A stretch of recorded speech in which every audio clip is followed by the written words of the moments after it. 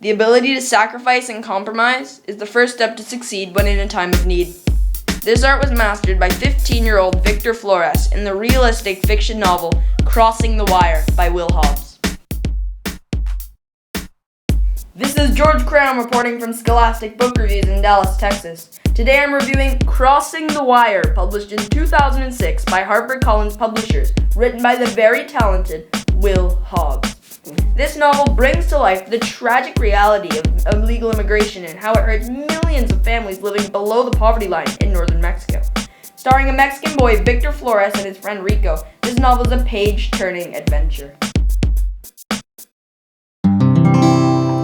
The book commences by Victor and Rico both deciding to attempt to cross the border into the USA looking for work and money coming with it. Only Rico has money and help, and Victor is on his own. Victor's journey is fraught with danger, freezing cold, scorching heat, hunger, and dead ends. Teaming up with Sleepy Eye Miguel in an attempt to help himself turns out to be a great move as he supplies him with food and tools.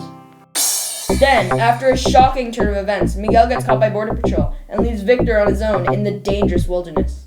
Seeking a good idea, Victor jumps into the back of a pickup truck hoping to hitch a ride, which turned out to be a costly move as he was noticed and brought to the attention of a patrol officer who sent him packing back home.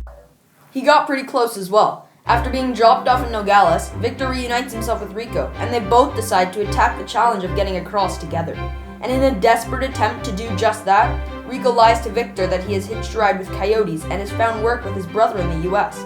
Victor accepts, only to find out that they actually hitched a ride as a drug dealer's mule.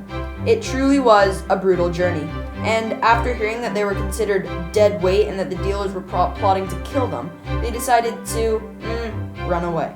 And they did just that. And after trekking up a steep mountain, they were safe. At least from people, it seemed. They walked a bit and took a lot of breaks, otherwise the heat of the desert might get to them. Luckily enough, before long they got to a road, but with no cars on it. This provided for an easy source of travel, as it was cooler and flatter. Then, they were kicked off by an upcoming car. Victor and Rico were so desperate that they asked this man for a drive. He responded, "I'll be coming the other way later. I have some things to do. If you wait here, you might see me and be able to tag along." They followed instructions and waited along the side of the road. Sure enough, after a while, he was driving the other way. He invited them in and asked for their desired destination. Rico gave him the address of his brother's place, and the driver recognized it. They were heading into success. They got to the destination and Rico went and greeted the door. They had the wrong one. It was actually their neighbor's. Rico knocked on the other door and they talked to the owner for a while. After a few days, they found work picking asparagus and were making solid dollars. They both sent money home to their families, $250 for Victor, but Rico just wasn't acting like himself. After a while, he spilled the beans. He said that the lady at the house told him that his brother was a drug dealer and had moved away. He thought that there wasn't much point in him staying anymore and that he decided to move back to Mexico with his family. He told Victor, which was much to his sadness. The book sadly ends by the two amigos saying goodbye, but making sure that they will always be together in their hearts. Connection time! The emotion that Victor feels when he has to say goodbye to Rico at the end of the book reminds me of the emotion I felt when I had to say goodbye to my friend Jack Telmer at the end of camp 2 years ago. The emotion is despairing because your friend is leaving, but almost fills you with an even greater friendship with the person. When I left Jack Telmer, it really solidified how good friends we are because we knew that we would still be great friends, together or not. This is the same in Crossing the Wire.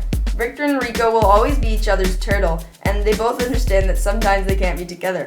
This part of the novel really brings out emotion, really emphasizes the characters inside both characters. Recommendation time! As for recommendations go, I would suggest this book to anyone seeking a thrill. This novel will get your blood pumping and is very exciting. I would recommend to anyone between age 11 or 15 or anyone who is interested in illegal immigration or wants an emotional novel. I would rate this book a 7 out of 10 because it does catch your attention with the theme, but does lack a bit of added thrill when it needs it. And to sum it all up, this book is very motivational. It makes you feel a lot more thankful for what you have, rather than being sad for what you don't. This book puts you in Victor's shoes and makes you feel at one with him. All the emotions he feels and decisions he has to make all feel like it's happening to you. Overall, Will Hobbs really outdid himself on this one, a truly mind-shattering book. Along with the very powerful message it conveys, it is an action-packed yet comical novel. Reporting live from Dallas, Texas, this is George Crown. Thank you all for listening, and I'll see you next time.